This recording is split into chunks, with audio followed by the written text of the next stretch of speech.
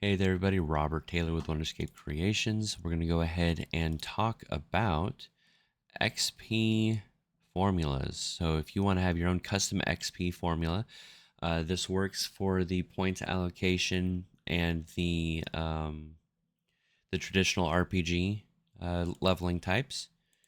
So, we go ahead and open this up. It provides you with a single function for calculate XP for level. Um, and this allows you to set things up however you want. So it'll return how much is required. So if we go ahead and break this, you can see you've pretty much have everything that you need. So previous thresholds, leveling rules, so that you can get those if you need the leveling rules, base XP, max level.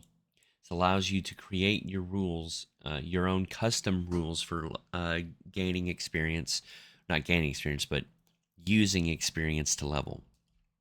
Um, Very simple, not a whole bunch to it because it's literally only here to provide you guys with the capability of um, making your own leveling system.